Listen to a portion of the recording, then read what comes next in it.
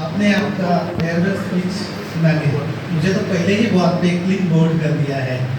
So my dear friends, she deserves a loud round of applause.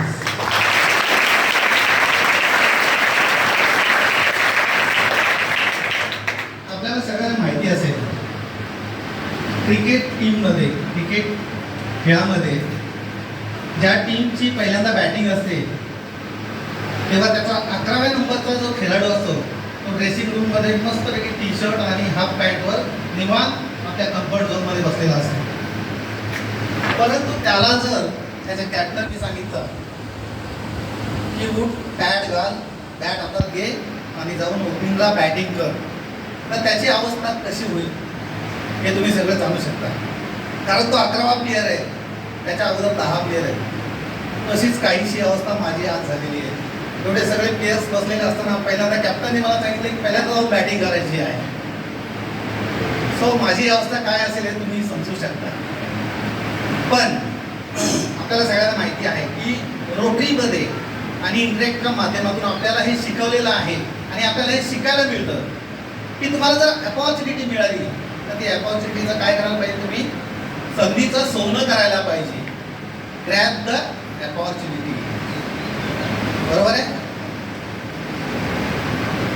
तर आजच्या माझ्या स्पीचचं slogan जे आहे ना, come out of your comfort zone.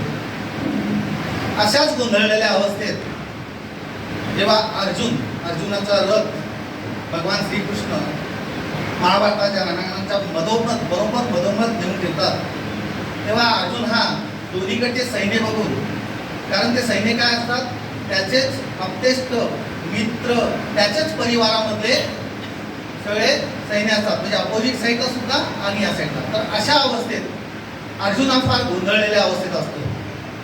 आणि मग अशा वेळेस भगवान श्रीकृष्ण, त्याचे जे सारथी असतात, ते त्याला त्यावेळेस मार्गदर्शन करत असतात.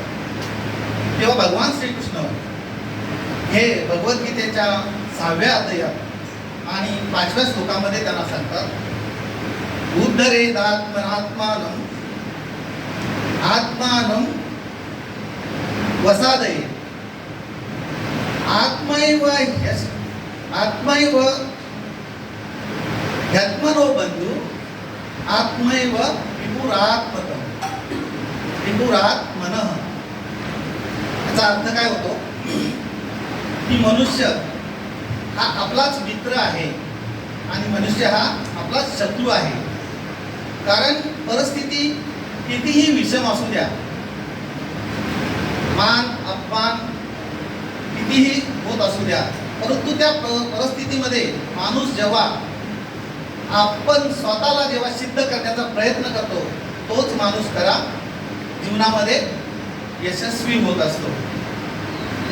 तेव्हा आपल्याला सगळ्यांना ही इंटरॅक्टच्या माध्यमातून एक अपॉर्च्युनिटी आहे, चांगली अपॉर्च्युनिटी आहे की आपण स्वतःला आउट ऑफ कम्फर्ट झोनमधून बाहेर येऊन जी काही आपल्याला जबाबदारी दिलेली आहे आपल्या कॅप्टनने, ती जबाबदारी घेऊन आपण आपल्याला एक सिद्ध करायचं आहे. एक छोटंसं उदाहरण देतो. सायन्स लॅबमध्ये एक शिक्षक प्रयोग शिकवत असतात. एका गॅसच्या शेगडीवर दोन भांडे ठेवले असतात दोन्ही साईडला. एका ह्याच्यामध्ये थंड पाणी असतं आणि दुसऱ्या ह्याच्यामध्ये पाणी गरम करायला ठेवत असतं. त्या थंड पाण्यामध्ये आहे ना, एक बेडूक घेतात, बेडकाला ठेवतात. बेडूक म्हणजे माहिती आहे ना, फ्रॉग. थंड पाण्यामध्ये बेडकाला मस्त वाटतो, तो शांत बसलेला असतो. पण थोड्याच वेळात त्या बेडकाला त्या थंड पाण्यामध्ये उचलून ते गरम उकळत्या पाण्यामध्ये टाकतात. तेव्हा त्याला ते जाणवतं की ही जागा आपल्यासाठी नाहीये. म्हणून तो बेडूक काय करतो, पटकन उडी मारतो आणि त्या भांड्यातून बाहेर येतो. तसाच दुसरा एक्सपेरिमेंट ते टीचर्स मुलांना दाखवत असतात. गॅसच्या शेगडीवर एक पातेलं असतं, पातेल्यामध्ये पाणी ठेवलेलं असतं आणि खालून लो फ्लेम दिलेली असते. हळूहळू ते पाणी गरम केलं असतं आणि त्यामध्ये त्या बेडकाला त्यांनी ठेवलेलं असतं. अर्थात ते पाणी थंड असतं म्हणून तो बेडूक आरामात बसलेला असतं. हळूहळू पाणी गरम होत जातं, तो त्याची मजा घेत असतो. तो बेडूक जो आहे तो कम्फर्ट झोनमध्ये बसून तो त्याची मजा घेत असतो. परंतु सत्य शेवटी पाणी जेव्हा ते बॉईल व्हायला लागतो आणि हा आपल्या कम्फर्ट झोनमध्ये असल्यामुळे त्याला त्या पाण्यातून बाहेर पडण्याची सुद्धा इच्छा होत नाही.